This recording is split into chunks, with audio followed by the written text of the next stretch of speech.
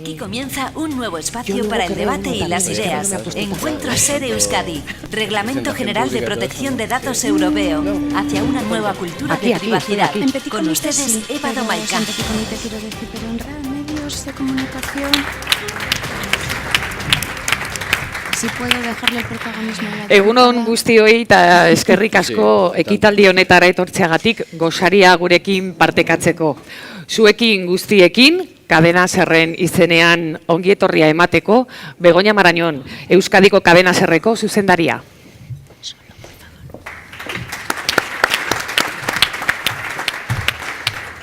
Egunon guztioi, muy buenos días. Me complace darles de nuevo la bienvenida a esta edición de los encuentros Ser Euskadi, que celebramos hoy en compañía de grandes colaboradores como la Universidad de Deusto, a través de la Facultad de Derecho, la Diputación Foral de Vizcaya, Euskaltel, Panda y LKS. Siempre es un placer volver a esta extraordinaria biblioteca CRAI de la Universidad de Deusto, que hoy nos acoge de nuevo. Yo solo quería darles la bienvenida. Soy de las que pienso que si no es necesario, bueno, tampoco tenemos que hablar siempre, no es obligatorio, pero, después de haber comprobado el panel de expertas y expertos que tenemos en el día de hoy, no he podido por menos que detenerme a querer compartir una reflexión con todos ustedes, una reflexión muy breve. En este sentido, este año 2018 significará, como ustedes bien saben, para la historia y desde luego para nuestro presente, un antes y un después en el camino hacia la consecución de la igualdad real en nuestra sociedad, también en Euskadi. A los medios de comunicación se nos pide siempre la parte de responsabilidad que nos corresponde en este cometido, pero como generalizar no es bueno, y medios somos muchos y muy diferentes, creo sinceramente que cada uno tenemos que responder por lo que hacemos. En la cadena Ser en Euskadi llevamos mucho tiempo trabajando por incluir este importante e incuestionable objetivo de la igualdad real en la agenda, como medio de comunicación que somos y como empresa también. Así que cuando se dice, desde diversos foros, que buscamos mujeres pero no las hay, que queremos expertas pero no vienen, que no pueden, que no se nos ocurren nombres, en fin, esa retahíla de excusas que a menudo nos cuentan y nos contamos, yo pienso, también puede ser que a veces no buscamos bien y añado, claro que es posible, viendo el panel que tenemos en el día de hoy. Además, creo que debemos siempre tener la obligación de intentarlo, de buscar siempre, hacer un esfuerzo extra, por supuesto, o a veces, como es el caso de hoy, cada vez más de forma natural, demostrar que es posible. Y aquí tenemos el ejemplo, la sociedad en su conjunto representada con hombres expertos y mujeres expertas para debatir un tema que nos ocupa y nos preocupa a todos. Es posible, por tanto, que demos visibilidad a las mujeres que ocupan puestos de responsabilidad y que son expertas en diversas materias como la que nos reúne hoy. Así pues, gracias a Rosa Díaz, Nerea Martiartu, Lucía Riola, Cristina Sustacha y, por supuesto, gracias a Iñaki Pariente de Prada y a Gonzalo Martín. El Reglamento General de Protección de Datos nos espera y debemos estar al día. Gracias a todos por su asistencia. Mila esker, les dejo con Eva Domaica.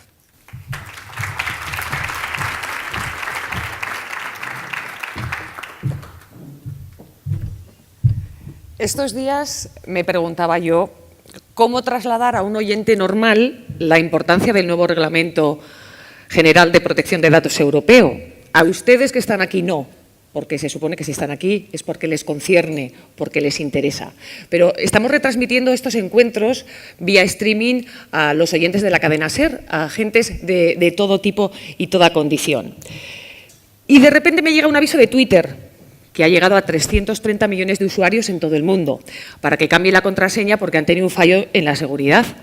Ahí está reciente todavía la venta de datos personales con fines políticos de Facebook a Cambridge Analytics, que ha acabado con el cierre de la compañía. 20 millones de datos de usuarios de Uber al descubierto. Y muy cerca de aquí, la semana pasada, bueno, ahora mismo, el Consejo General del Poder Judicial está investigando la filtración de datos personales de la víctima de La Manada, porque un código de verificación que se mandó a la prensa permitió acceder a sus datos personales durante un tiempo. ¿Qué está ocurriendo? Pues que los datos, nuestros datos, se han convertido en un producto codiciado por muchos.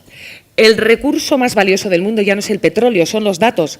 Eso decía un artículo de The Economist que afirmaba que el principal activo de las 5 firmas más potentes del mundo han pasado a ser los datos. Y la economía de datos va abriéndose camino gracias a nuestro desconocimiento, indiferencia y colaboración. Pero, y eso es lo que nos ha reunido aquí esta mañana, las instituciones están reaccionando y legislando para proteger nuestra intimidad y nuestros derechos.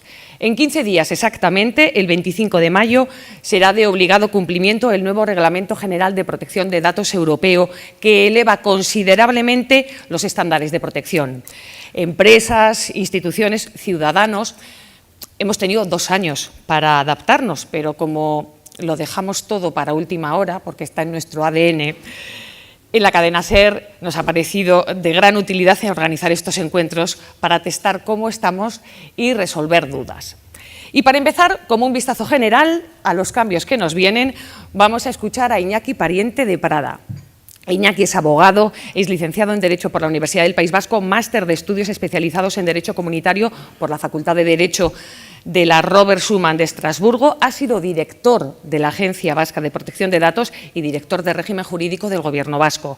En la actualidad dirige el despacho Daintic Legal, especializado en Derecho Digital y en Protección de Datos, y es miembro del Grupo de Expertos en Protección de Datos sobre implementación en España del Reglamento General de Protección de Datos. Y es profesor de Derecho Digital en la Universidad de Deusto. Conoce muy bien esta casa en la que estamos. Cuando quieras, Iñaki, te escuchamos.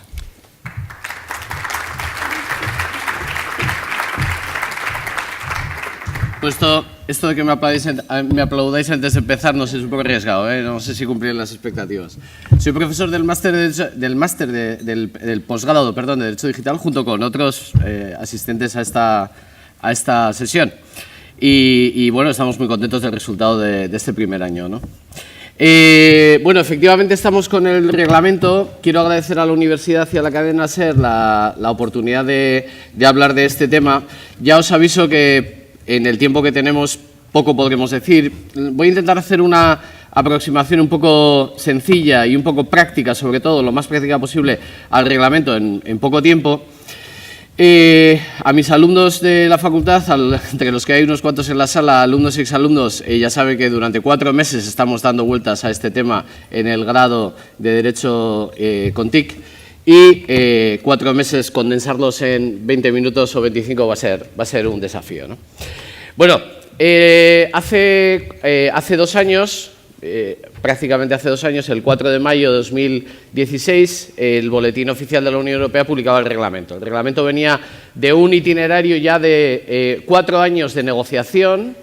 El 25 de enero de 2012 se presentó un paquete normativo por la comisaria entonces de Justicia, en la que planteaba una serie de reformas normativas vinculadas sobre todo a alguna de las cosas que se ha comentado inicialmente, vinculado al flujo de datos en Europa, a la generación y al volumen de negocio que tienen los datos en Europa y a la constatación por la Comisión Europea de que la regulación que teníamos en ese momento, que venía del año 95 nada menos, una época en la que la informática y la tecnología no se parecía en nada a la que tenemos ahora, requería una vuelta y requería una revisión. Para eso se presenta ese paquete normativo. Durante 4 años los Estados, la Comisión y el Parlamento Europeo, la Comisión de Libertades del Parlamento Europeo, debaten ¿por qué? Debaten porque hay una doble visión, hay una doble óptica dentro del reglamento que tenemos que tener clara y que a mis alumnos, cuando hablamos aquí, dedicamos un cierto tiempo a entenderlo. El reglamento persigue o intenta proteger el derecho de las personas y lo vemos a lo largo del articulado. Cuando tengáis que aplicarlo vais a ver que muchas de las cosas que tenemos que hacer es balancear y establecer criterios siempre teniendo en cuenta la protección, el riesgo sobre los derechos fundamentales de las personas. Ese es un elemento central del reglamento, pero no es el único. El reglamento se aprueba sobre la base jurídica del artículo 100 del Tratado de la Unión y buscando la libre circulación de los datos. Y el origen del reglamento está en el valor de los datos. Por lo tanto, no tenemos que quedarnos en una óptica de protección exclusivamente, sino en una óptica de explotación de los datos. Los datos deben ser usados, pero deben ser usados con una lógica de, al mismo tiempo, proteger o establecer unos principios básicos que los protejan. Bueno, nosotros somos un despacho que llevamos 2 años trabajando en esta materia y bueno, simplemente para conocerlo, pero lo que más me importa y en el tiempo que tenemos, lo que os pensaba explicar o trasladar era un itinerario, un camino para cumplir el Reglamento General de Protección de Datos para todos aquellos y aquellas que estéis aún, y hay muchos. Ayer mismo a la tarde estaba en una reunión con una empresa de 800 trabajadores y dedicada a la informática que quiere empezar a hacer la revisión de cara al reglamento ahora. Es decir, ahora hay mucha empresa y mucha administración pública que va a empezar a hacerlo todavía, porque somos así. Estamos esperando al último momento. De hecho, a la directora de la Agencia Española de Protección de Datos le preguntaban hace un par de meses cuál iba a ser el periodo de gracia después del 25 de mayo. Decía, el periodo de gracia ha sido 2 años, ya más no podemos tener. Y efectivamente, a partir del 25 de mayo, las instituciones de control van a aplicar el reglamento. Otra cosa que podemos debatir luego en la mesa es cómo va a aplicar el reglamento, cómo se va a aplicar. ¿Se va a sancionar? ¿Vamos a encontrarnos sanciones de millones o de muchos miles de euros para las empresas? Yo creo que no es esperable en el corto plazo esto, sino que en el corto plazo va a haber una actitud más proactiva de las agencias para desarrollar y ayudar a los sectores, sobre todo a los sectores más implicados. Todo lo que tiene que ver con tecnología, sobre todo, va a tener una actitud más proactiva, más de ayudar y de colaborar con los sectores, como es así como lo está teniendo hasta ahora. Bueno, cuando nos enfrentamos al reglamento, el reglamento es muy largo, es farragoso, es un texto muy complejo, tiene un preámbulo enorme en el que nos encontramos, yo me sigo encontrando sorpresas prácticamente cada día cuando vuelvo a leer párrafos del preámbulo, me encuentro sorpresas e interpretaciones cada vez distintas. Además, el reglamento que se aprueba hace 2 años parecía el texto definitivo y hace 2 semanas nos han publicado la corrección de errores, como si fuera una cosa menor, es decir, como quien cambia una coma aquí o un punto allá. Pero claro, tenemos versiones lingüísticas y las correcciones de errores de una versión lingüística han arrastrado todas las demás. Y nos hemos encontrado con un texto muy diferente, a 3 semanas de su entrada en vigor, lo cual nos dificulta mucho la tarea interpretativa.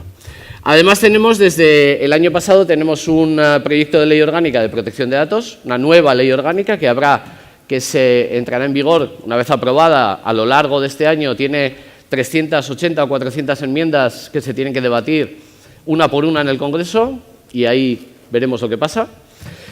Y esa ley orgánica entrará en vigor cuando entre. El proyecto decía, esta ley entrará en vigor el 25 de mayo de 2018 en su disposición adicional, cosa que es evidentemente imposible porque todavía está en una fase de tramitación en el Congreso de los Diputados. Y además tendremos después probablemente la Agencia Vasca y el Gobierno vasco ya están empezando a comentarlo, habrá una ley vasca de protección de datos, como debe ser, porque tenemos una ley del año 2004 que habrá que reformar también. Es decir, tenemos un panorama normativo complejo y lo cierto es que el día 25 o 26 de mayo deberíamos tener todo lo que podamos hecho para cumplir esta norma compleja y difícil con la que nos estamos enfrentando. Bien, en 10 o 15 minutos os quería explicar o avanzar un pequeño esquema, un pequeño boceto de cómo afrontar desde una perspectiva de empresa o de administración pública el cumplimiento o un grado de cumplimiento aceptable del Reglamento General de Protección de Datos. Bien, cuando nos enfrentamos a esto, y además lo he puesto en primer lugar queriendo porque cuando hacemos charlas, formaciones, hago talleres de 7 horas para empresas en las que encierro a 10 o 15 personas de empresas y hablamos del reglamento durante 7 horas casi sin salir de allí. Es tremendo. Al final de todo, la gente me pregunta, bueno, y yo soy el de recursos humanos, ¿yo voy a tener que ser el delegado de protección de datos? Al final es lo que preocupa en la empresa. ¿Quién va a acabar siendo esta figura que el reglamento obliga a tener en todos los ámbitos de la administración pública? En general, habría que precisar bastante, pero en general la administración pública tiene que tener delegado de protección de datos. Y muchas empresas privadas también, siempre que hagan o cumplan los criterios que establece el reglamento, que son interpretables, pero que, depende de cómo los interpretemos, abarca a un gran número de empresas. Siempre que hagamos observación sistemática y habitual de interesados, de personas a gran escala, un pequeño paréntesis en relación con la presentación que se hacía antes, el reglamento, el lenguaje inclusivo, cero cero, no tiene nada. Habla del delegado, del interesado. Es una nota negativa claramente para esta norma, ¿no? Por eso vais a ver que está expuesta así, porque intenta reflejar la realidad normativa. ¿Quién tiene que ser delegado? ¿O quién puede ser delegado y quién no puede ser delegado? El delegado de protección de datos es una figura compleja, extraña en nuestro ordenamiento. No podemos homologarla a ninguna otra figura. Es alguien que interna o externamente a la empresa, porque es una figura externalizable. Ya tenemos algunas propuestas y algunas situaciones de ejercer de delegado de protección de datos desde fuera de la empresa, externalizado. El delegado es una persona que supervisa el cumplimiento, supervisa que la empresa, la administración, actúe correctamente. Es una especie de auditor interno permanente, pero que al mismo tiempo tiene que ser proactivo, tiene que ayudar a la empresa, tiene que estar cerca, tiene que proporcionar su conocimiento para que las cosas mejoren, tiene que ayudar y asesorar a la empresa para que la empresa haga las cosas correctamente, pero él no decide, y esa es la clave de todo. El delegado no decide lo que la empresa hace o no hace. La costumbre de dejo en manos del delegado todo no es una costumbre adecuada. Muchas empresas nos están diciendo vamos a nombrar delegado al responsable de seguridad. Error. ¿Y quién te va a llevar la seguridad entonces? No, pues que haga todo. Dicen, no, eso no puede ser. El delegado supervisa, y supervisa la seguridad, y supervisa los tratamientos, y supervisa lo que hacen los de marketing, y supervisa recursos humanos. Por lo tanto, no se puede nombrar a una persona para que haga las dos cosas, porque hay conflicto de intereses, y eso es claramente una de las medidas que el reglamento quiere evitar. Tengo que tener delegado para el día 25 de mayo y tengo que notificarlo a la agencia correspondiente de protección de datos. La agencia española acaba de abrir un canal telemático de notificación de los datos del delegado, con lo cual ya tengo una forma. Si mi institución de control es la agencia vasca, pues tengo que ir a la agencia vasca y preguntar ¿y cómo tengo que notificar el nombramiento del delegado? Un delegado o delegada que ejerza sus funciones, que empiece desde ese momento a ejercer sus funciones que están claramente delimitadas en el reglamento y que básicamente giran en estas dos tareas de supervisar, asesorar que comentábamos. Bien, ya tengo delegado, ya tengo una parte del trabajo hecho. De hecho, las instituciones públicas, sobre todo las administraciones, se están centrando en esta parte, en la parte organizativa. Pero luego empieza lo difícil. He realizado un inventario de los tratamientos que tengo, sé cuáles son, sé dónde están y sé además la seguridad que se le aplica a todos ellos. Aquí empezamos a complicarnos un poco. Tengo que analizar qué datos entran, por qué canales entran, para qué los uso, durante cuánto tiempo los uso. La cuestión más difícil que nos está resultando, sobre todo con la administración pública, que tiende a indefinido, el para siempre y el por qué los voy a tirar. Bien, el reglamento establece con claridad la obligación de determinar plazos de conservación o criterios de conservación de los datos de una forma lo más estricta posible. ¿Dónde están? Eso me va a llevar a otra pregunta que tenemos después, el tema de los proveedores. Cuando tengo proveedores, tengo empresas que se encargan de la gestión de los datos, ¿cómo tengo que actuar con ellos? Tengo que realizar un diagnóstico básico, tengo que saber la seguridad de la información y la seguridad adaptada al riesgo, que es un concepto nuevo que nos trae el reglamento, en el cual voy a tener que hacer evaluaciones de riesgos, tengo que determinar qué riesgo tiene cada uno de los datos o cada uno de los tratamientos de datos en función de lo que yo hago con ellos. No es lo mismo el riesgo, para tener un ejemplo claro, no es lo mismo el riesgo de un servidor local, todo gestionado por un administrador y con unos accesos muy estrictos, muy limitados y sin posibilidad que accedan terceros, a tratamientos de datos gestionados en movilidad, con acceso externo, mediante dispositivos portátiles, móviles, etcétera, y en movilidad en cualquier sitio. El riesgo, evidentemente, no es igual. ¿Vale? Para eso el reglamento nos da unas pistas cuando habla de seguridad, nos habla del cifrado de los datos. Las empresas proveedoras ya nos están ofreciendo bases de datos cifradas como elemento clave para trabajar con los datos. Tengo que tener un plan de cumplimiento del reglamento. Después de ese diagnóstico, tengo que saber qué tengo que hacer y adecuar mi nivel de cumplimiento a mi riesgo, a mis condiciones. No vale, y este es un mensaje también muy claro, no vale con el reglamento las políticas estándar. No vale el tengo los documentos de alguien, los uso yo. Tengo unos servicios que se están ofreciendo últimamente mucho de te doy documentos estándar iguales sin conocerte de nada, adecúalos y tal, eso no va a valer en absoluto, ¿vale? Nos exige análisis de cada uno, cómo hacemos las cosas cada uno, y para eso tengo que tener mi propio plan de cumplimiento. ¿Eso qué supone? Que si tengo un pequeño negocio en el que apenas trato datos o nada y no tengo gran cosa que hacer, no tengo obligaciones, pero si somos 3 chicas ingenieras de telecomunicaciones que hemos desarrollado un algoritmo para analizar supuestos de predictibilidad de afectación de enfermos de una enfermedad concreta y vamos a trabajar para hospitales, aunque seamos 3 amigas casi en un garaje empezando, ya tengo que tener en cuenta muchas cosas de protección de datos. Es un ejemplo concreto con el que estamos trabajando. Los proveedores. Tengo que revisar las condiciones de prestación del servicio de los proveedores. Esto está suponiendo en el sector de los proveedores de servicios informáticos una pequeña revolución, porque había muchos proveedores que no se habían adaptado o no habían hecho caso y los responsables del tratamiento, las empresas responsables de los datos, les están diciendo, oye, ¿qué estás haciendo para cumplir con los datos, con el reglamento? O viceversa. Hay proveedores que se están dirigiendo a los responsables del tratamiento y les están diciendo, oye, yo ya me estoy adaptado al reglamento, he hecho esto, esto y esto.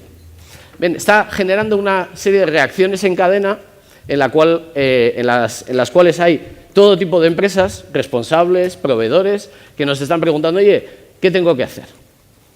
Y está pasando ahora, está pasando ahora.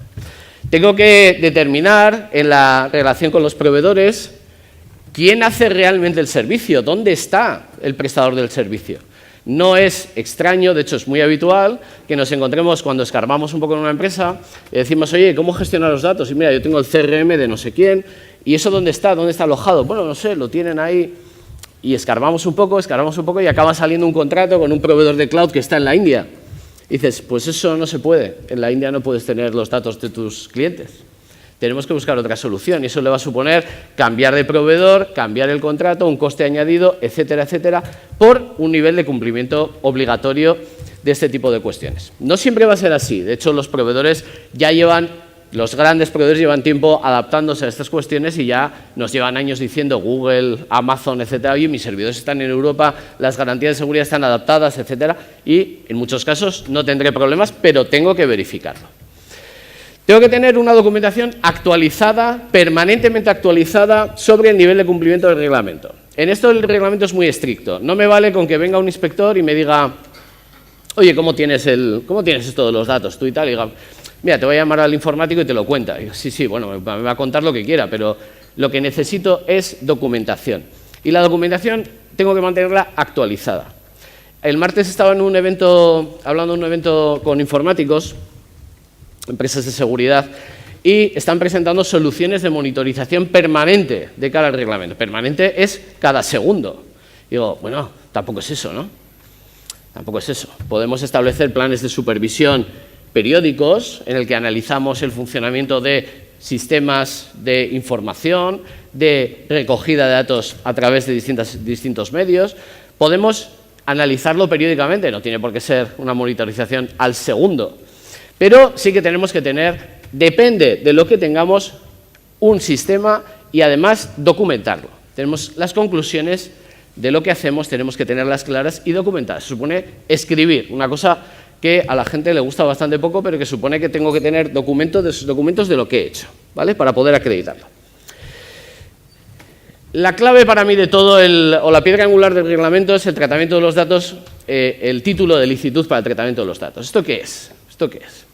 Estáis recibiendo seguramente, no sé si haceros levantar la mano para hacer una pequeña encuesta, pero estáis recibiendo seguramente notificaciones de bancos, cajas, proveedores de telecomunicaciones, incluso empresas en general, que os están mandando un correo en el que os dicen, de cara al Reglamento General de Protección de Datos, haga clic para que pueda seguir utilizando sus datos en base a su consentimiento. ¿Qué está haciendo todo el mundo? No hacer clic porque ya estoy hasta las narices, porque ya me han llegado 10 correos esta semana de este tipo y ya no, es que... Bien, ¿qué es lo que está detrás de esto? Lo que está detrás es que hay alguien, una empresa que ha analizado que quiere tratar los datos en base al consentimiento de las personas. El consentimiento de las personas ya no es el elemento central en el tratamiento de los datos. El tratamiento de los datos los datos se pueden utilizar en base a varios títulos de licitud. Y tengo un menú, tengo varios para elegir. Tengo que hilar muy fino, dependiendo de los datos que use, las finalidades que tenga, la normativa que me ampare, la normativa sectorial que tengo que conocer. Es decir, esto me da más trabajo. El consentimiento es lo fácil. El consentimiento es el recurso facilón. Lo otro es lo que cuesta. Tengo que analizar la legislación, tengo que saber mucho del tema y una vez que sepa todo eso puedo decir, mira, voy a utilizar los datos en base a, por ejemplo, el interés legítimo, ese gran desconocido, pero que la Agencia Española de Protección de Datos, los directivos de la agencia en petit comité te dicen que sí, que ese es el futuro, que ese es en lo que tenemos que tirar. O en el ámbito de la administración pública, tratar los datos en base al interés público y no pedir continuamente a los ciudadanos que nos den su consentimiento para todo, ¿vale? Que no es necesario y que además plantea muchos problemas de gestión. Bien, establecer los títulos de licitud va a ser un elemento importantísimo. Y por último, para este pequeño recorrido de supervisión y para adaptarme al tiempo, tengo que pensar en las personas que están detrás. El reglamento establece con mucha claridad los sistemas de información a las personas. Tenemos que tener un lenguaje adaptado a los destinatarios. No es lo mismo que si trabajo en el ámbito de las políticas sociales, mis interesados o las personas con las que trabajo son menores, son mayores, son discapacitados, tienen más o menos formación. Es decir, la lógica que llevamos estos últimos años escuchando con el tema de las preferentes, con el tema de los consumidores, la política de consumidores, etcétera, todo esto de adaptar el lenguaje al destinatario, lo tenemos que aplicar aquí. Tengo que informar de muchas cosas, es cierto, el reglamento me obliga a explicar muchas cosas a las personas. Por ejemplo, una cosa que le tengo que explicar es si voy a hacer transferencias internacionales de datos, se lo tengo que explicar. El primer día que recojo los datos de una persona le tengo que decir, no va a haber transferencias internacionales de datos, o sí va a haber transferencias y a dónde. Porque el reglamento ha establecido un nivel de riesgo muy alto en la transferencia internacional. La salida de datos de la Unión Europea, cuando los datos salen de la Unión Europea, saltan todas las alarmas. Empieza a haber niveles de riesgo muy altos, ¿vale? Y ahí tengo que ver cómo voy a hacer estas cosas. En las políticas de información, informar de muchas cosas. Tengo que informar de quién es el delegado, tengo que informar de la finalidad detallada, tengo que informar de muchísimas, de a quién le voy a dar los datos, las cesiones a terceros. Esos grupos de empresa en los cuales los datos los coge BBVA Seguros, pero se los va a dar a no sé quién, o los coge la matriz, pero los va a tratar todo el grupo, explícalo. Y explícalo en detalle. Las agencias han establecido para esto unas políticas de información en doble capa, que ya está aplicando muchísima gente, como era de esperar, y que se basan en una primera información sencilla y una segunda capa de información mucho más extensa, donde ahí sí que acumuló muchísima información para dar a las personas. Bien, si tengo este plan, si he analizado cada uno de estos aspectos, lo tengo en marcha, si lo puedo hacer internamente o lo tengo que externalizar, si voy a necesitar X recursos internos para que mi empresa cumpla adecuadamente, lo tengo que saber ya. Esto ya tiene que estar. Y tengo que haber empezado. ¿Qué nos dicen las empresas cuando vienen ahora? Y le decimos, bueno, es que para hacer esto bien necesitamos 3 o 4 meses. Necesitamos conoceros bien, necesitamos actuar sobre todos los procesos internos, le damos tiempo. Dice, bueno, sí, pero empieza. Digo, vale, efectivamente, lo que hay que hacer es empezar. Tener un plan, tener un cronograma temporal y tener las actuaciones previstas y determinadas. Y con eso podemos darnos por empezado. De todas formas, y viendo la situación actual en el mundo de la empresa y de la administración, porque es prácticamente igual, tenemos ya que partir de que el 25 de mayo no es el final de un camino. El 25 de mayo, que está a la vuelta de la esquina, no es para nadie.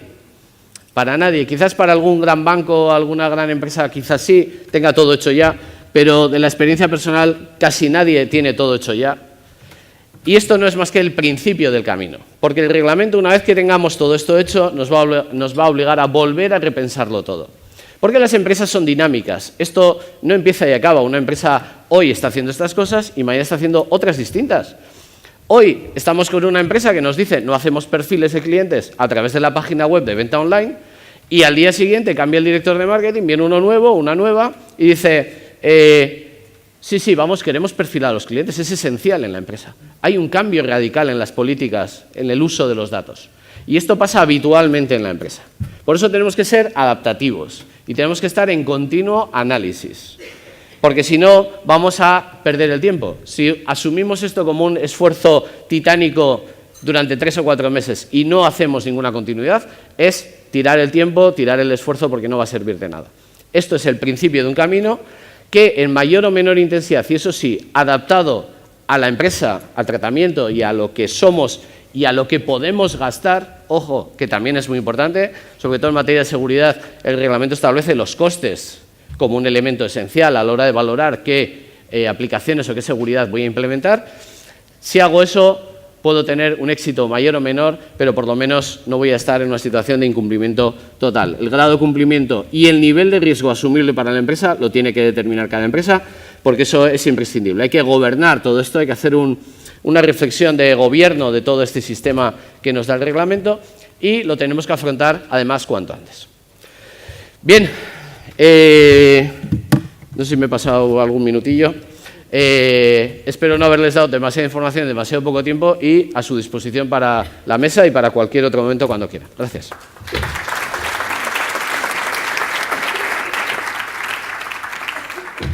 Bueno, ahora vamos a tener la oportunidad de bajar al detalle y seguro que muchos de los aspectos que ha apuntado Iñaki salen en la mesa redonda que vamos a tener ahora y después habrá un turno naturalmente de ruegos y preguntas.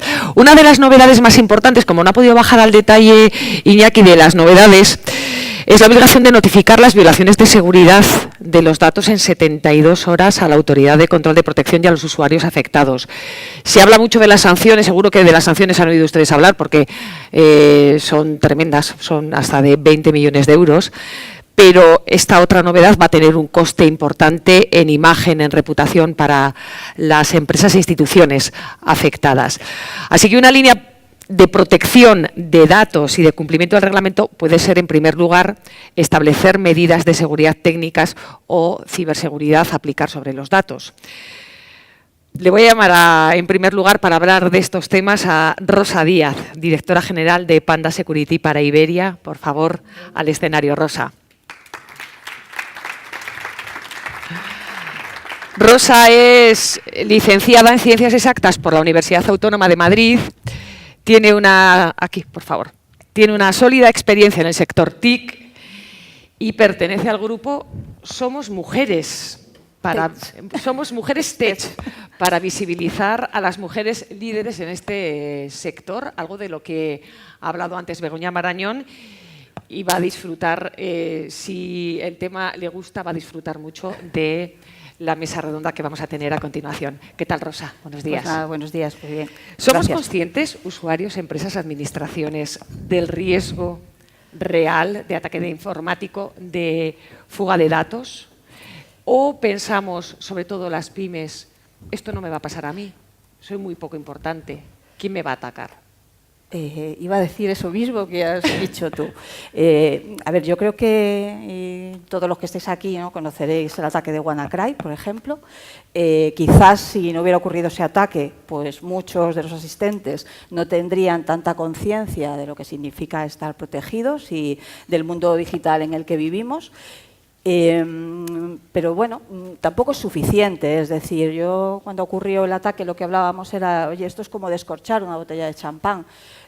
La opinión pública, los telediarios, todos hablan de esto, pero al final la seguridad es un intangible, ¿no? Quiero decir, el mundo de la tecnología y es una disciplina, ¿no?, que relativamente lleva poco tiempo en comparación con otras. Entonces, para el sector, los que trabajamos en seguridad sabemos lo importante que es, pero sigue siendo un poco desconocido y a día de hoy estamos en un mundo digital, todos venimos con nuestros dispositivos, numerosos dispositivos que son cada vez fuente de entrada de la ciberdelincuencia, porque al final el mundo ha cambiado y es mucho más sencillo robar desde un sitio apartado, accediendo, ¿no?, a un ordenador que esté olvidado en una empresa, que no ir físicamente a la empresa a robar. Entonces yo creo que estamos cada vez más concienciados, pero falta todavía mucho camino por andar y un poco esta es también la misión de empresas como la mía, ¿no?, un poco concienciar y divulgar, ¿no?, la importancia de la seguridad en este mundo. Sí, el director del Centro Vasco de Ciberseguridad, Javier Dieguez, ha advertido de que las empresas de aquí, de Euskadi, sufren un riesgo moderadamente alto de ser objeto de ataques informáticos. Dice que se han sofisticado y se han extendido. Vosotros habláis de cibersoldados, ¿no? ¿Dónde están los riesgos? Por ejemplo, la nube. Hablamos muchísimo de la nube. También ha hablado Iñaki de ella. ¿Es segura? Bueno, quiero decir, nosotros, por ejemplo, somos 100% nube y muchas veces esto es una de las principales objeciones de los clientes. Oye, ¿la nube es segura? Pues obviamente, en muchas ocasiones la nube es mucho más segura si tienes tus datos bien custodiados que tenerlos en tu propio ordenador, en tu casa, porque al final hay muchas veces, y nosotros aquí lo que siempre decimos es que al final, y hay informes que lo demuestran, el 80% de los ataques reales van al endpoint, van al puesto de trabajo, o sea, al ordenador, tanto portátil como el de sobremesa. Y en este mundo en el que estamos, ¿no?, todos teletrabajando y pasamos tampoco por la oficina, pues al final es un tipo de ataques en los que hay que tener mucho cuidado, porque al final nosotros lo que vemos también es que hay muchos ataques, esos cibersoldados, que decir, al final estamos en una ciberguerra y para los estados es mucho más sencillo preparar y formar a cibersoldados de manera que puedan atacar otros estados. Y esto lo estamos viendo, ¿no?, actualmente con Estados Unidos, con China, con Rusia, con quién ha hecho qué, porque lo difícil realmente es poder demostrar lo que estás haciendo. Yo creo que la nube es segura y en muchas ocasiones, desde que estamos aceptando bueno, pues nos bajamos una app en el móvil, estamos aceptando el contrato, ya están llevando nuestros datos ahí. Entonces, quiero decir, Sí, lo que si es gratis que, la app es que nos van a cobrar de alguna manera, claro. Incluso si nos cobran también, o sea, pues si es gratis, pues está claro que el producto eres tú. Entonces, al final yo creo que tenemos que adecuarnos, igual que a las nuevas tecnologías, a los cambios que se están produciendo, y al final es un sitio donde hay que ir. Nosotros ya hace años tuvimos que irnos a la nube porque el crecimiento exponencial del malware hacía imposible que la inteligencia estuviera aquí. Entonces no teníamos más remedio que irnos a la nube para poder asegurarnos de la protección en nuestros clientes. ¿Qué errores cometen las empresas que facilitan esos ataques, por ejemplo, o que dificultan, ya que estamos hablando del reglamento, la adopción del reglamento? Los datos dispersos, sin control, ¿cómo los guardamos habitualmente? ¿Qué podríamos hacer para mejorar eso? Bueno, quiero decir, al final lo bueno y lo malo, ¿no?, de la nueva legislación es que al final, ¿no?, como han comentado antes, no te está obligando a nada. Es decir, tú en tu empresa tienes que hacer tu análisis de riesgos. Es un cambio proactivo totalmente. Tienes que analizar riesgos. Contra esos riesgos tienes que poner medidas, documentarlas y luego asegurar y poder confirmar que lo estás cumpliendo. Nosotros ahí, como empresa de seguridad, no damos una solución completa, y aquí luego me parece que todos somos muy productocéntricos. No, o sea, es el cliente el que tiene que ver en esas medidas y con expertos que le ayuden además a saber qué es lo que tiene que hacer para cumplir. Nosotros, y yo aquí quiero ser más humilde, lo que hacemos es, con esa telemetría que cogemos diariamente en el puesto de trabajo, nosotros sí que monitorizamos todo lo que ocurre en el puesto de trabajo, pues lo que estamos ofreciendo es una solución que da visibilidad a los datos desestructurados que hay en los endpoints. Dices, oye, ¿qué es un dato desestructurado? Pues un dato desestructurado es, si hay aquí alguien de marketing, ¿no?, quiero decir, yo seguro que si me mires el ordenador alguno tengo, son esas bases de datos Excel que sacamos en alguna ocasión para hacer alguna campaña puntual. Eso queda olvidado en nuestro correo, en alguna carpeta escondida del ordenador. Entonces, nosotros lo que visibilizamos, sin ver los datos, ¿no?, eso, simplemente un conteo de cuántos ficheros PDF, Office, hay en el ordenador y hacemos un seguimiento del ciclo de vida de ese fichero. Hay muchos clientes que nos dicen, oye, yo quiero saber cuáles son esas hojas de cálculo que tengo en reposo. En reposo significa que a lo mejor saqué hace 2 años una campaña de marketing, lo sigo teniendo en el ordenador y eso es una fuente de entrada para ese ciberdelincuente. Entonces, visualiza dónde están esos ficheros y luego ya se encarga de eliminarlo. Bueno, pues esto es una medida proactiva que el DPO puede demostrar en cuanto a cumplimiento de normativa. Como al final es demostrar y es argumentar cuáles son las medidas que tienes, pues nosotros lo que intentamos es dar alguna que ayude a Esa las es Data empresas. Control, la herramienta es Data Control, ¿no? O sea, que es la que nos permite tener el control de dónde tienes todos los datos. Efectivamente. Y de cara también a lo que decía, hay que probarlo absolutamente todo a partir de ahora, ¿no? Claro. ¿Qué otras medidas, para terminar esta parte de la charla, nos recomendarías de cara a cumplir todo lo que va a exigir el reglamento a partir del 25 de mayo? desde mi formación técnica, no puedo hablar de la parte legal, sí que diría, y desde la empresa a la que represento, que es muy importante pues estar protegido, es decir, de alguna manera parece que, ¿no?, dices, oye, tengo un antivirus, ¿es suficiente? Bueno, pues no, o sea, el mundo ha cambiado, lo hemos hablado desde el principio. Un antivirus, y yo vendo antivirus, es una tecnología de hace 30 años y esa tecnología está bien, es necesaria, obviamente, pero no es suficiente porque los malos lo que hacen es, un malware al final no deja de ser más que un, bueno, pues un software, y en el proceso de calidad lo que se pone en el último eslabón antes de lanzar el malware a la calle es probar toda la batería de antivirus que hay en el mercado. A lo mejor no todos, ¿no?, porque no tengo los suficientes medios como para poder confirmar que esto no lo va a ver ni McAfee, ni más que Kaspersky, Panda, pero sí lo pruebo con los estándares del mercado, y cuando preparo un malware que se salta esas barreras, pues es cuando lo lanzo. Entonces, yo sí quiero lanzar un mensaje de que el antivirus no es suficiente, de que hay que tener otras medidas de protección y de que no nos olvidemos de que el perímetro está difuminado, es decir, todos los que estamos aquí no estamos en la oficina,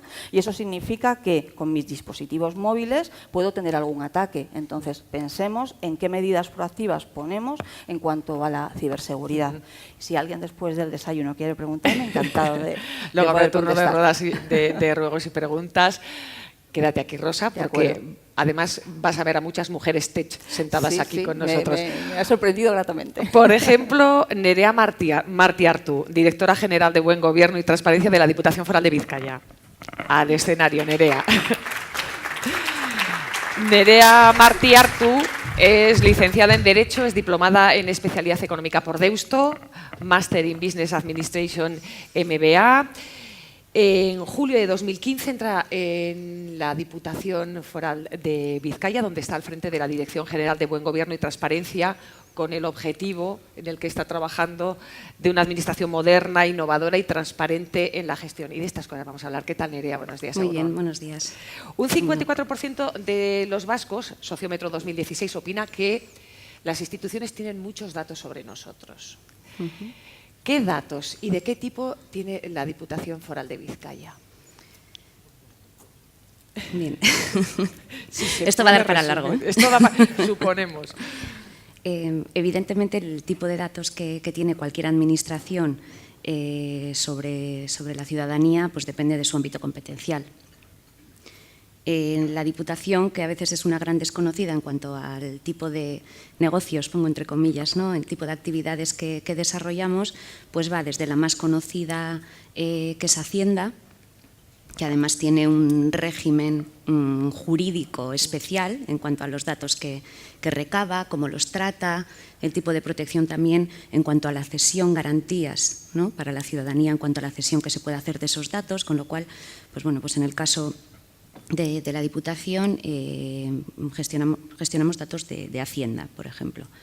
En el ámbito, por ejemplo, de la acción social, que también es uno de los ámbitos pues, más importantes de la Diputación, pues ahí tenemos datos vinculados a grados de dependencia, ¿no?, que te dan, digamos, el acceso a una serie de servicios para los que, bueno, pues devengas, digamos, un derecho.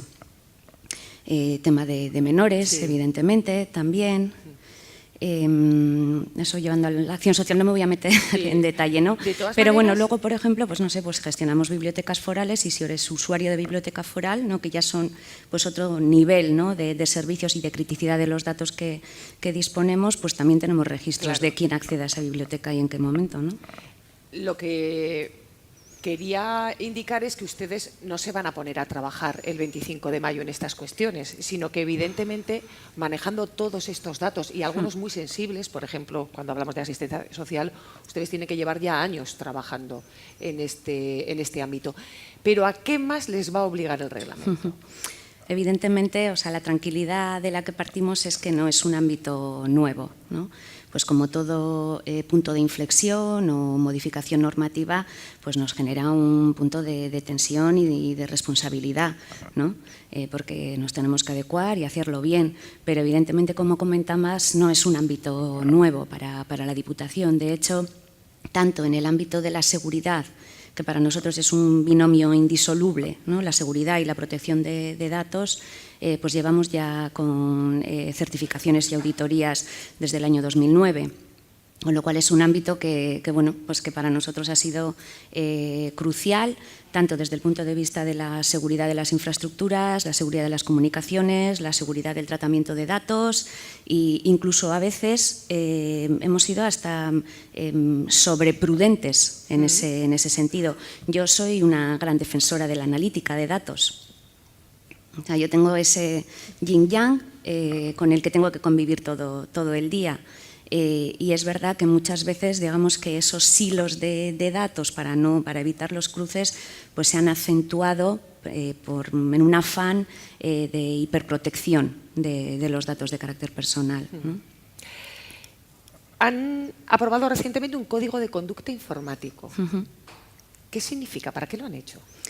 Bien, como comentaba, pues llevamos años invirtiendo, gestionando, monitorizando, ¿no? Infraestructuras, comunicaciones, etcétera.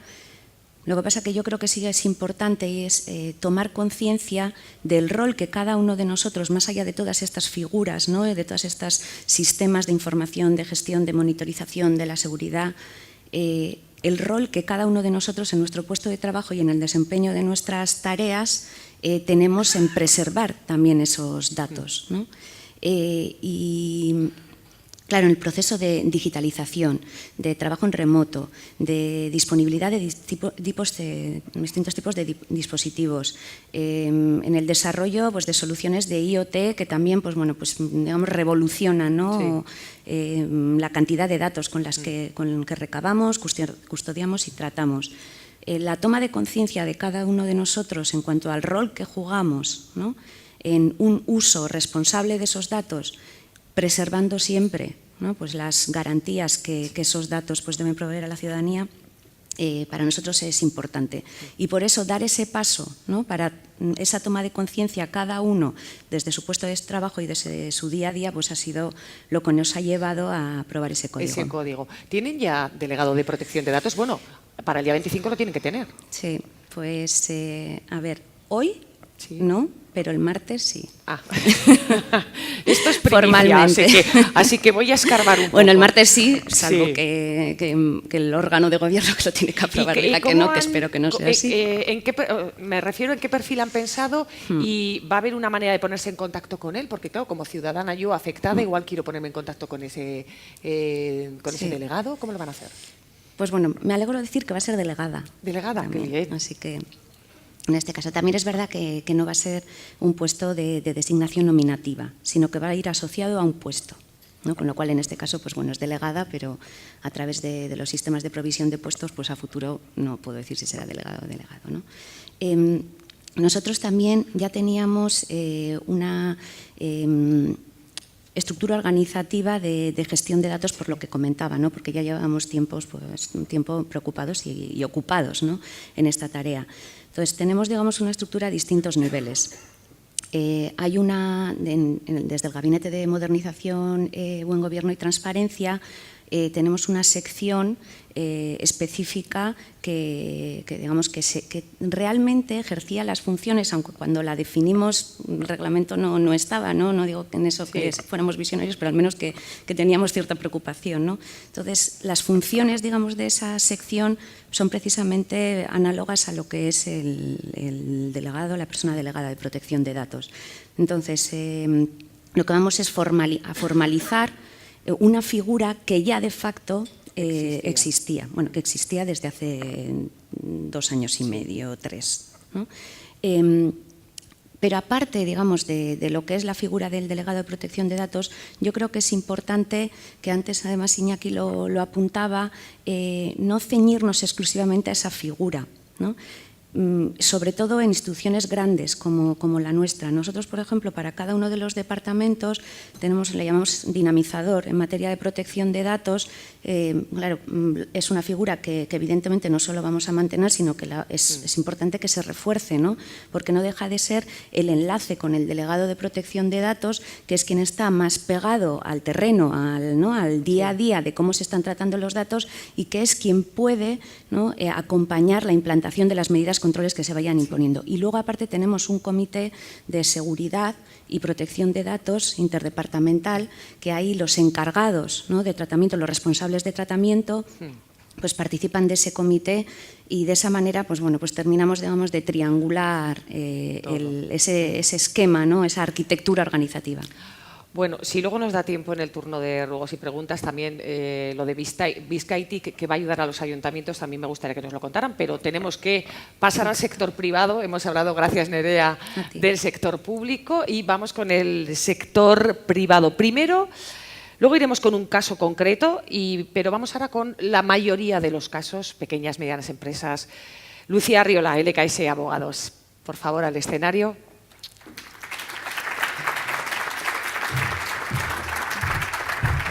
Lucía es abogada economista por la Universidad de Deusto, desarrolla su actividad en el área mercantil y contenciosa de LKS Abogados, un despacho especializado en servicios jurídicos a empresas integrado en la Corporación Mondragón. Es experta en protección de datos, con más de 20 años de experiencia en el asesoramiento a empresas.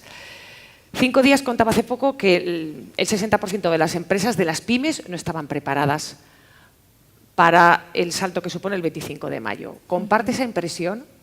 Buenos días. Buenos Primero. días, Eva. ¿Qué tal? ¿Comparte esa impresión? ¿La mayoría de las empresas no están preparadas? ¿Las pequeñas y medianas, sobre todo? A ver, nosotros lo que estamos viendo es que las empresas sí son conscientes de que existe un cambio normativo y que ese cambio normativo es de calado, pero realmente no saben qué es lo que tienen que hacer para adaptarse, hasta qué punto les afecta y de qué manera, cuáles son los pasos que tienen que ir dando para poder adaptarse. Entonces, efectivamente, a día de hoy nos encontramos con que a 14 días vista, pues tienen muchísimo por hacer. Yo tengo entendido que antes la normativa te llevaba un poco de la mano, ¿no? Te decía lo que tenías que hacer, etcétera. Pero sin embargo, ahora con esto del principio de responsabilidad activa, pues son las propias empresas, como decía antes Iñaki, las que tienen que ver cómo están haciendo, qué están haciendo, qué datos tienen. Esto, no hay medidas estándares, también decía Iñaki antes. ¿Esto qué significa? ¿Qué dificultades les plantea a las empresas que acuden, por ejemplo, donde estáis vosotros? Y dicen, es que no sé por dónde empezar, ¿qué hago? Sí, efectivamente, lo que supone el reglamento es un cambio de paradigma. ¿Por qué? Porque hemos pasado de un modelo de responsabilidad, si se quiere, pasiva, a un modelo de responsabilidad proactiva, en donde cada empresa tiene que analizar a qué riesgos se enfrenta de acuerdo con, por los tratamientos que está realizando. Entonces, ese análisis de riesgos precisamente es lo que va a determinar qué medidas de seguridad apropiadas tiene que implantar para poder proteger los datos de carácter personal que está tratando.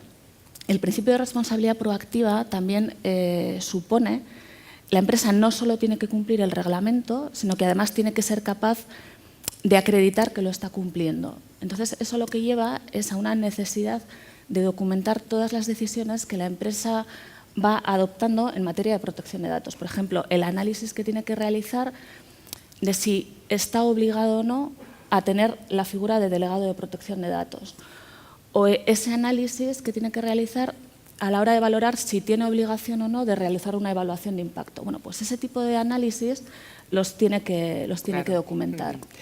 El consentimiento, hablaba antes también Iñaki de ello, nos están llegando correos todos los días de las empresas dicen, claro, todas mis prácticas de marketing, por ejemplo, todas mis prácticas de relación con clientes, las tengo que revisar de arriba abajo. Con el consentimiento, ¿qué consejos están dando ustedes? ¿Qué tienen que hacer las empresas?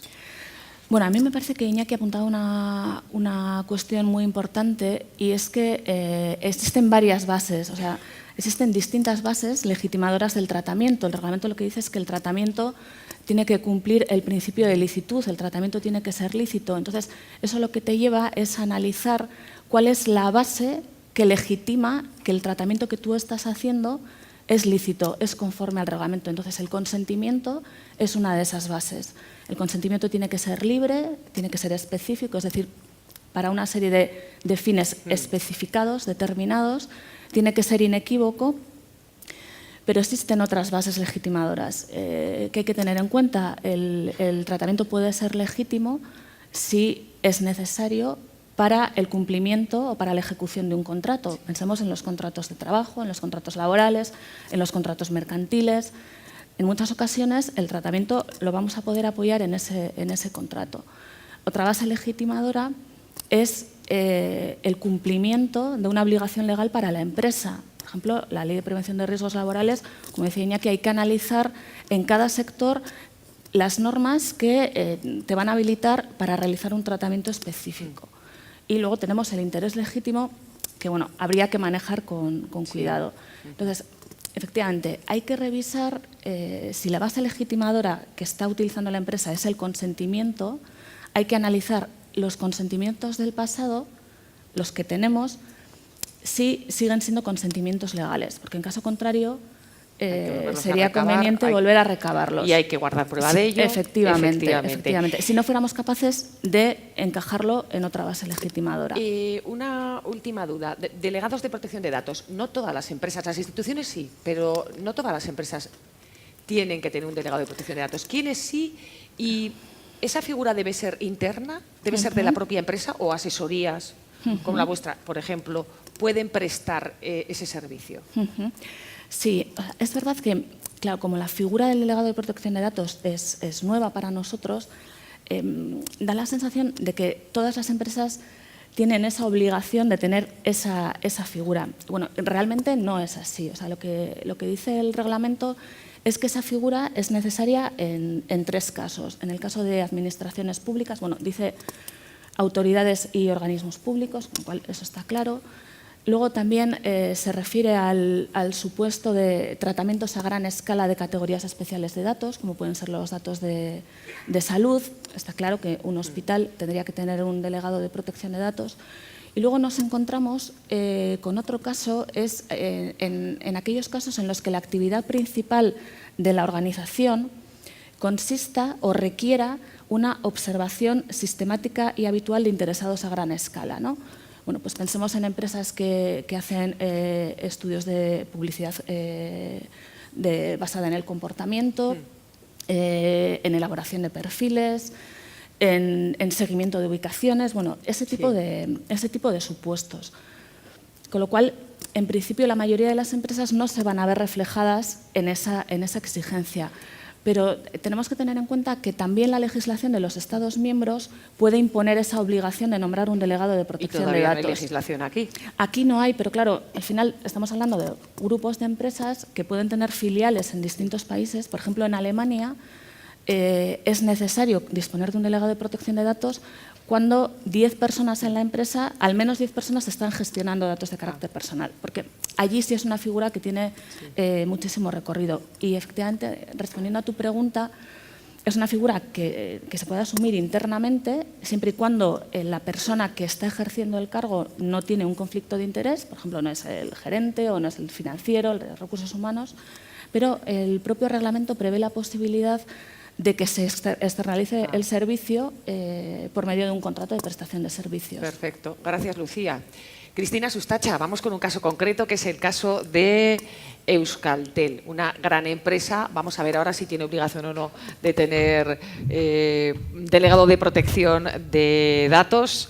Cristina es gerente de la asesoría jurídica del Grupo Euskaltel, es profesora de Derecho de las Telecomunicaciones en el grado de Derecho y colaboradora en el título Experto en Derecho Digital en Deusto Euskaltel. Ya saben que opera no solamente aquí en Euskadi, sino también en Galicia y en Asturias. Estamos hablando de un entorno de 6 millones de personas. ¿Qué tal, Cristina? Buenos días. Muchas gracias. ¿Tenéis obligación de tener delegado de protección de datos? Tenemos obligación, es el tercer supuesto, claramente. Nosotros, bueno, nuestro negocio se basa en la utilización protección de los datos. Nosotros los datos de tráfico, bueno, a veces cuando hablo con mis alumnos y les hablo del teléfono fijo y de los datos de tráfico, me miran como diciendo, ¿de qué habla esta persona que está ahí y que es mayor? Ahora los datos se han multiplicado, nuestro negocio se basa bueno, pues en poner en comunicación a las personas y en que puedan acceder a la información, ¿no? Entonces, nosotros estamos en el tercer supuesto. Hemos nombrado delegada de protección de datos también y vamos a realizar el trámite de comunicación a la Agencia Española de Protección de Datos ya antes del 25, por supuesto. Se suele decir que el reglamento supone un cambio en la cultura empresarial en lo que respecta a la privacidad. ¿A ustedes, en concreto, les está cambiando el enfoque? ¿Les obliga a cambiar el enfoque? Es un poco lo que ha dicho Lucía en relación con la responsabilidad pasiva y activa, ¿no? En las grandes empresas están acostumbrados a que venga el jurídico o el responsable de seguridad y diga lo que tiene que hacer, porque además tenemos una norma con unas sanciones y dime qué tengo que hacer y si así cumplo, fenomenal, ya no me vuelvo a preocupar. Bueno, eso ha cambiado, ¿no? Entonces, sí que es un cambio cultural que en Euskaltel hemos empezado a trabajar. Bueno, nosotros empezamos en febrero del 2017 con determinadas actuaciones, constituimos un grupo de trabajo muy especial, aparte que teníamos ya un comité de seguridad con personas concretas, un poco en línea con lo que comentaba Nerea, dinamizadores o conocedores un poco de esta materia, ¿no? Entonces, para que ya la gente fuera conociendo que ya no le va a decir el jurídico tienes que hacer esto o el delegado de protección de datos, que también existe ese riesgo, ¿no? Sino que tienen que ser ellos desde el comienzo. Hay dos principios, privacidad desde el diseño y por defecto, que a nosotros nos Por afectan. ejemplo, yo le iba a preguntar por privacidad por diseño. ¿Qué implica? Pues nosotros cuando lanzamos un producto nuevo, por ejemplo, pues el Euskaltel Live, que está ya en la calle y bueno, pues es un producto muy típico y que todas las empresas de telecomunicaciones prestamos, de lo que se trata es de que el cliente pueda tener conocimiento de lo que ocurre en su casa, ¿no? Es, bueno, pues a través de unas cámaras, etcétera. Bueno, pues eso supone que toda la información que se gestiona se almacena en algún sitio y que solo puede tener acceso el cliente. Y además hay una serie de empresas proveedoras que tienen que hacer una gestión porque no se realizan todos los procesos de manera interna. Privacidad por defecto y en el diseño es que en el diseño del producto ha tenido que participar la gente que conoce el tema de seguridad, tanto desde el punto de vista técnico como desde el punto de vista jurídico, ¿no? Porque, bueno, pues de lo que se trata con estos principios es que la gente que crea los productos considere el punto de la privacidad como algo relevante en el propio diseño, ¿no? En las empresas que desarrollan software es claro, nosotros cuando necesitamos software para la gestión de los datos de nuestros clientes necesitamos que el desarrollo de ese software haya sido pensado para aplicar ya medidas de seguridad, ¿vale? Entonces es un poco lo que comentaba también Iñaki, ¿no? A los proveedores les pedimos qué has hecho tú en el desarrollo de tu software para que cubra nuestras necesidades. Claro, porque en el caso, tengo entendido, pero si hay un fallo en la seguridad en un proveedor, también, uno acaba siendo responsable también de los fallos de seguridad de sus proveedores. Y al margen de eso, bueno, tienes que probar un nivel de diligencia razonable en la contratación y al margen de eso el daño reputacional es terrible, es decir, sobre el proveedor evidentemente también, ¿no? Pero sobre el prestador del servicio claro. es muy relevante. Bueno, Cambridge Analytics y Facebook son un ejemplo muy claro, ¿no?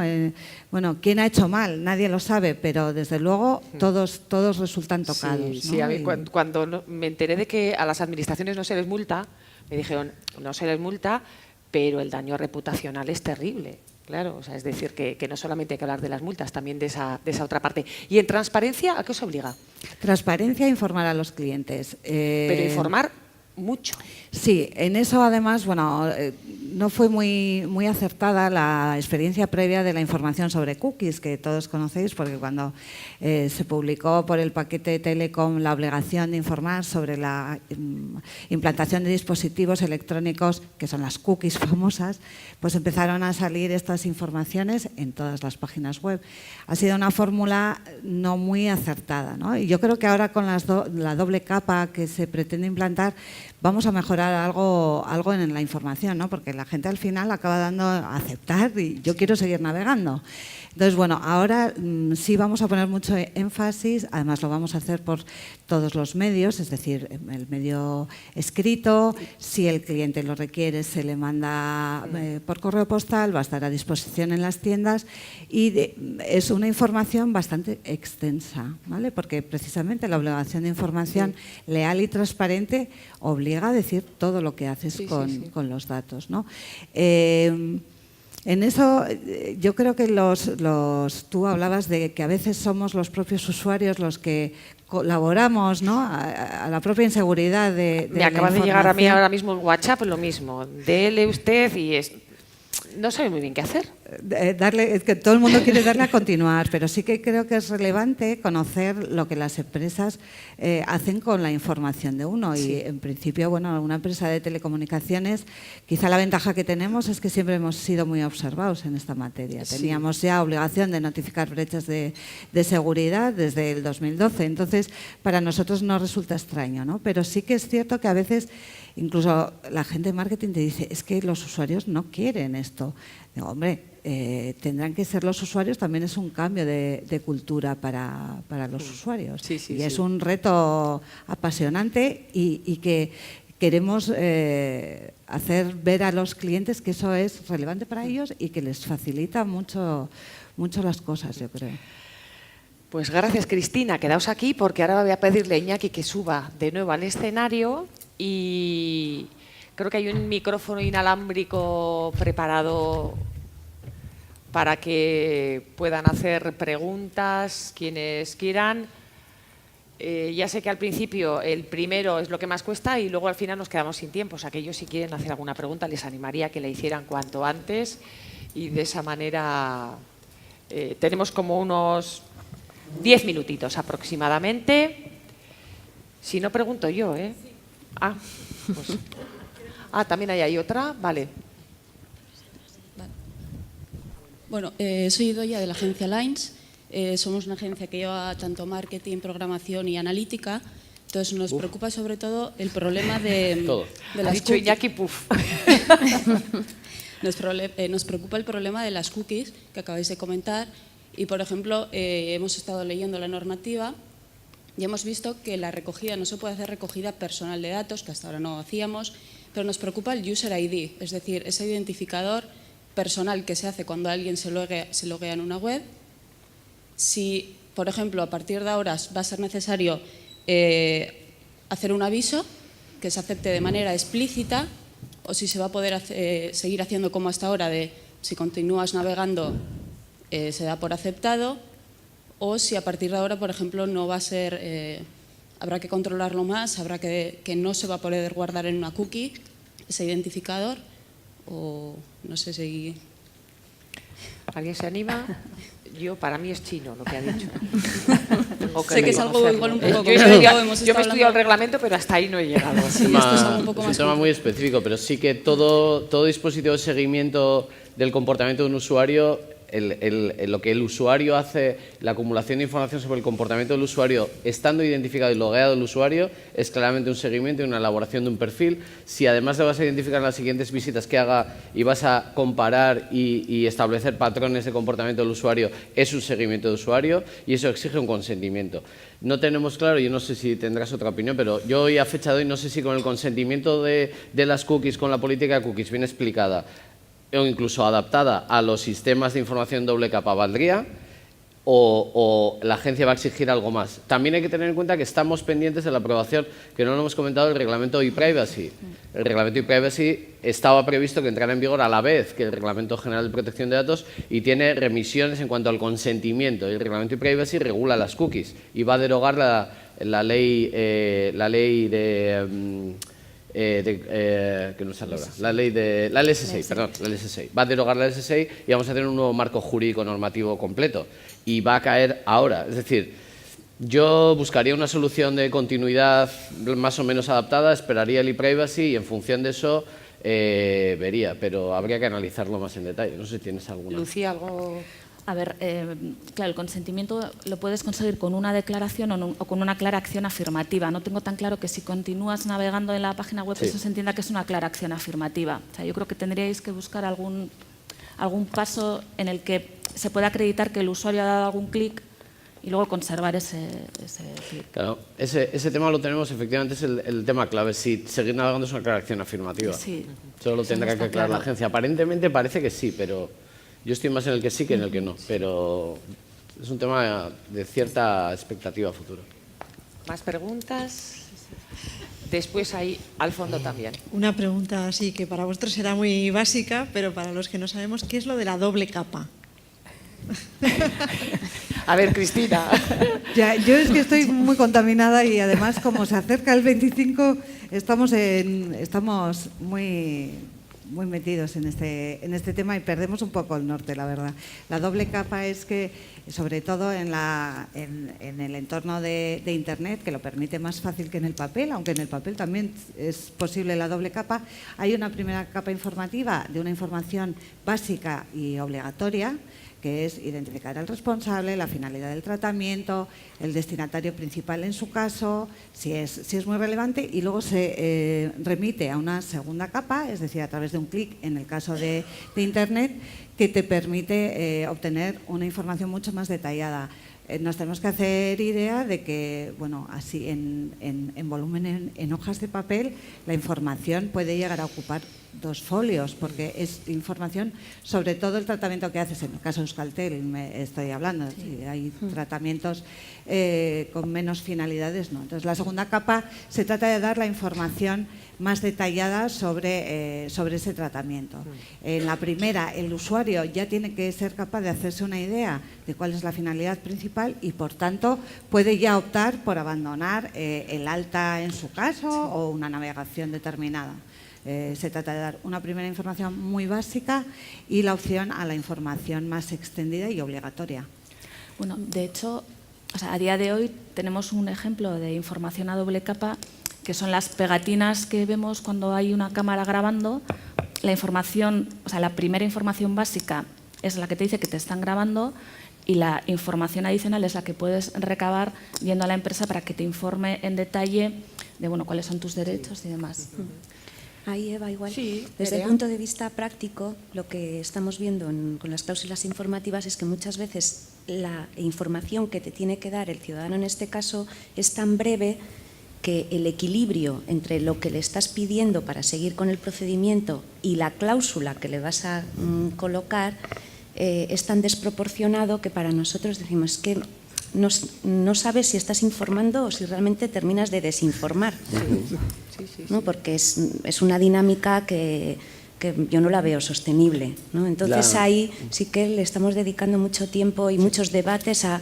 ¿no? Porque además está pues, bueno, pues la parte digamos, más de la actividad, de quien presta el servicio y luego pues, los servicios jurídicos nuestros internos, que ellos son siempre proclives a 3 o 4 o 5 hojas o las que hagan falta, ¿no? Y en pantalla, por ejemplo, que pues, en relación a la sede electrónica que tendemos, ¿no?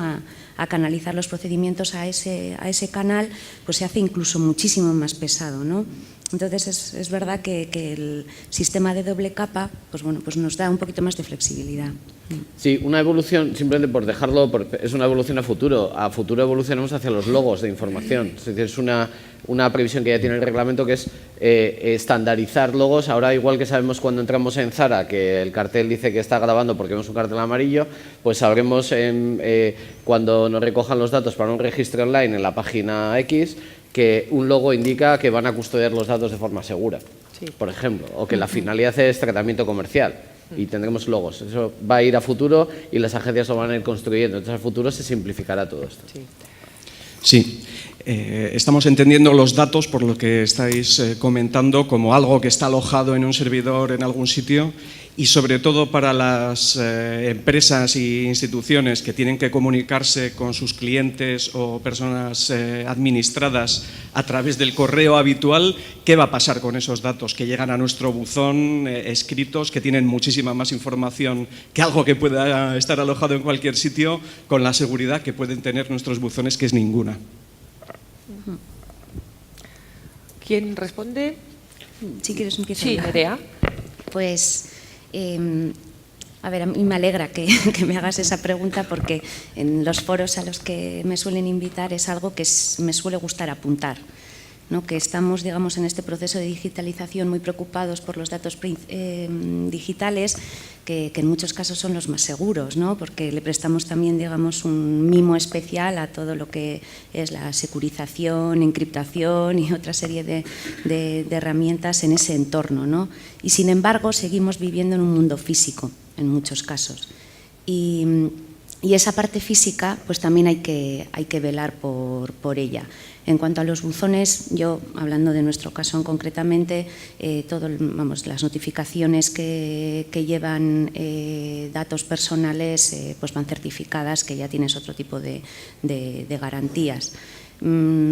¿Hasta cuándo vamos a mantener los dos canales? Pues a mí me gustaría que durante poco tiempo, pero esto sí que ya es una opinión muy personal, ¿no? Institucional, ¿no? Una por apuntar. Los buzones de correo, hay dos, aparte del correo electrónico hay dos perspectivas. Una es la del usuario, como nivel de riesgo usuario, el que imprime una cosa, envía o debe enviar o no debe enviar, y luego es la gestión que está por detrás.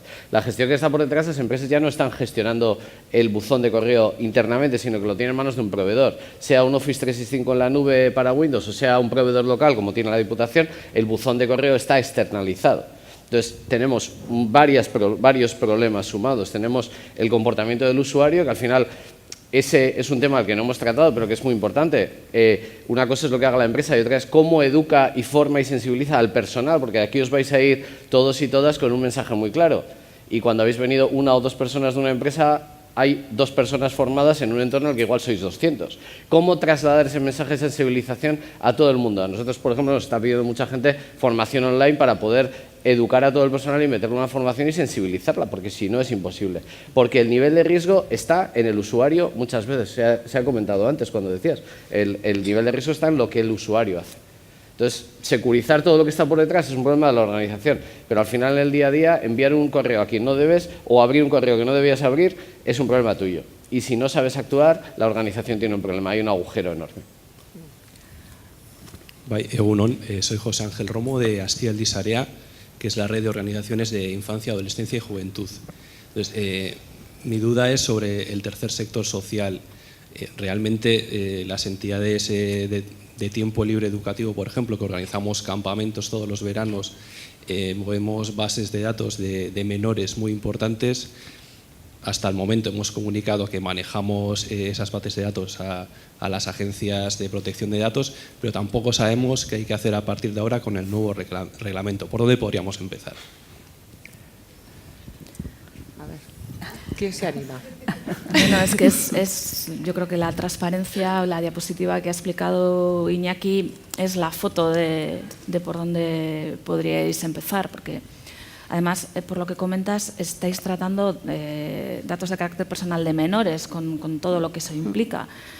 Con lo cual, ya es necesario adoptar, pues tener un registro de actividades de tratamiento, valorar además si se van a manejar imágenes o no, fotos de los menores, en fin, yo creo que el roadmap que apuntaba Iñaki es el camino a seguir. Sí, y además tener en cuenta una cosa, la edad para la prestación del consentimiento de los menores está hoy por hoy en una duda. La ley orgánica establecía 14, el reglamento dice entre 16 y 13, 16 como estándar, por eso se está montando este jaleo con WhatsApp, y Francia en su normativa interna y Alemania han establecido 16 como periodo mínimo para la emisión del consentimiento, como edad, perdón, para la emisión del consentimiento de los menores, es decir, de 16 para arriba el menor y de 16 para abajo sus padres o tutores, cosa que ha supuesto un gran regulo por quién da de alta en la red social a un menor. Eso en España está por ver, la ley orgánica establece 13, el proyecto. los partidos políticos están discutiendo mucho sobre ese tema, sobre la fijación de la edad. Mientras no haya ley orgánica será 14, porque seguirá vigente la actual. Pero si alguien inicia un proyecto vinculado a menores que va a durar tiempo, el año que viene se puede encontrar con que de repente, pues no sé, hayan acordado 15 o 16 como edad mínima y tenga que recoger nuevamente los consentimientos. Es ese periodo de incertidumbre en el que estamos actualmente, ¿no? Y también es un tema que es muy discutible, porque yo tengo un amigo que tiene hijas de 16 o 17 y dice, por mí, lo más arriba, 19 o más, y yo controlar. Entonces, eso cada uno tendrá su opinión y realmente el sector político está es muy complicado este tema. Bueno, se nos ha agotado el tiempo. Siempre llega la aguafiestas para decir que el tiempo de esta mesa redonda se nos ha acabado, así que voy a agradecer a todos los que están aquí con nosotros, a Iñaki Pariente, a Cristina Sustacha, a Rosa Díaz, a Nerea Martiartu, a Lucía Arriola, que nos hayáis acompañado en estos encuentros. Un aplauso para ellos. Si queréis bajar y sentaros de allí, porque ahora le voy a pedir que suba a Gonzalo Martínez para que nos haga unas conclusiones especiales. No va a ser de periodista, sino que Gonzalo Martínez es una persona que controla mucho la materia de la que hemos estado hablando y, por lo tanto, la persona ideal para que nos haga un resumen de lo que hemos escuchado, de lo que más le ha llamado la atención. Él es el director del experto en Derecho Digital y es el coordinador de la especialidad TIC de la Facultad de Derecho de la Universidad de Deusto. Ha estado tomando nota, imagino, o por lo menos mentalmente, de todo lo que ha estado escuchando. Así que, cuando quieras, Gonzalo. Eskerrik asko. Lehenik eta behin, mila esker etorri zareten guztioi, eta ondorio batzuk atarako ditugu jardunaldi hauena. Como decía, buenos días a todos, gracias por venir a este evento que organiza con mucho gusto la cadena SER en colaboración con la Universidad de Deusto. Y voy a trasladar alguna serie de conclusiones sobre lo que los expertos han comentado y alguna más que también me ha apetecido después de oírles. En primer lugar, y por hacer un seguimiento cronológico de las participaciones, hemos podido oírle a Iñaki Pariente, en primer lugar, haciendo una exposición de lo que nos va a venir con el reglamento que entra el próximo 25 de mayo. Y después los diferentes expertos invitados a esta rueda, tanto desde las administraciones públicas como de las entidades privadas, pues han dado su impronta respecto de los contenidos que este nuevo reglamento va a introducir. A mí lo que me corresponde como director del experto en Derecho Digital de posgrado y como coordinador de las titulaciones de TIC, pues quiero hacer varias reflexiones al respecto. Lejos de profundizar, porque el nivel técnico al que han llegado es un nivel, como decían, ¿no? de ir a la base normativa, yo quería ir un poquito más allá, sobre todo de una cosa que a mí me ha llamado la atención, ¿verdad? Y es el tema que nos une a los que nos dedicamos a la academia, a los que nos dedicamos a la universidad, y es el tema de la formación. Aquí sí que quería hacer una doble distinción, ¿verdad?, entre lo que es la formación técnica, que la universidad, con mucho esfuerzo, con mucha dedicación, trata de llegar tanto a los alumnos de grado, que vaya por delante, aquí tenemos dos de los alumnos que van a ser la primera promoción de egresados, o a los alumnos de posgrado, una formación técnica integral en el ámbito del derecho digital, en el que, como no puede ser de otra manera, la protección de datos tiene una especial importancia. Pero mi reflexión, después de ir la jornada, quiere ir un poco más allá, y es una reflexión desde un punto de vista tal vez técnico, pero más amplio, ¿no? Hemos hablado de la base, y os quiero hablar un poco del tejado, ¿no?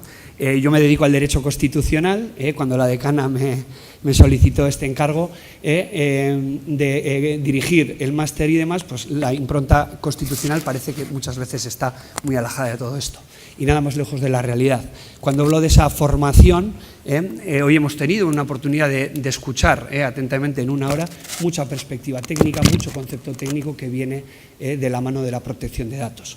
Sí que quiero hacer extensiva la interpretación a un ámbito más amplio, que es el de la formación de la ciudadanía en todo esto. Creo que tenemos el acceso a la tecnología y el acceso a los datos más cerca que nunca. Comentaba una de las ponentes que la información hoy en día, bueno, la información yo creo que toda la vida ha tenido mucha importancia, el tema es el volumen de información a la que podemos acceder hoy en día y las facilidades en teoría, tanto para acceder como para hacer que fluya esa información. Sí que creo que la ciudadanía, no sé, aquí hay alguna representante pública también, ¿verdad, Nerea? Debe ser formada en estas cuestiones de cara a, efectivamente, cuando hablaban de pequeñas visiones como darle ese clic, me apetece seguir, que por lo menos tenga la impronta en estos momentos en los que yo creo que todos vivimos demasiado rápido, de parar a reflexionar y que libremente, y eso es un concepto muy constitucional, el de la libertad individual, decida si quiere seguir o no con lo que le ofrece, me da igual, esa app o esa emisión de datos. Yo creo que es una reflexión que tenemos que tener en cuenta porque muchas veces después de dar el clic están los problemas y está cuando efectivamente los investigadores tenemos que aludir qué es lo que ha ocurrido, cómo solucionar para mejorarlo o el profesional de la abogacía tiene que dar el servicio, aunque muchas veces el daño ya está hecho. Tirando con el guión de la protección de datos, pero podía ir a muchas de las realidades que vemos, en la utilización de redes sociales, etcétera, etcétera. Yo creo que esa reflexión colectiva es importante, porque la tecnología efectivamente corre mucho más que las soluciones jurídicas y muchas veces el problema ya está hecho. Con lo cual, desde la universidad, lo que pretendemos es dar una formación específica a nuestros egresados y a nuestros posgraduados, pero también creo que es conveniente trasladar esa reflexión de que como sociedad necesitamos una verdadera formación complementaria añadida para completar el acceso a la tecnología que tenemos. Espero que hayáis disfrutado, no quiero aburriros más de esta sesión y cualquier cosa que queráis, pues estoy a vuestra disposición. Muchísimas gracias y un saludo a todos. Mi izquierda Nori.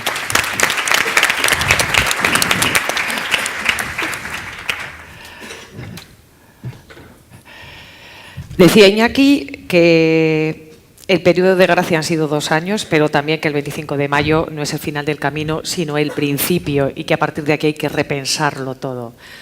Espero que les haya servido de ayuda, que hayan aprendido mucho como una en estos encuentros, y les invito a que si les ha parecido interesante lo puedan escuchar y dentro de nada en la web verlo en las webs de la cadena SER. Vamos a poner el vídeo, subir el vídeo de estos encuentros para que se puedan reproducir, para que se puedan volver a escuchar, y vamos a ofrecer un resumen de 1 a 2 en una edición especial de Hoy por Hoy Euskadi en la cadena SER.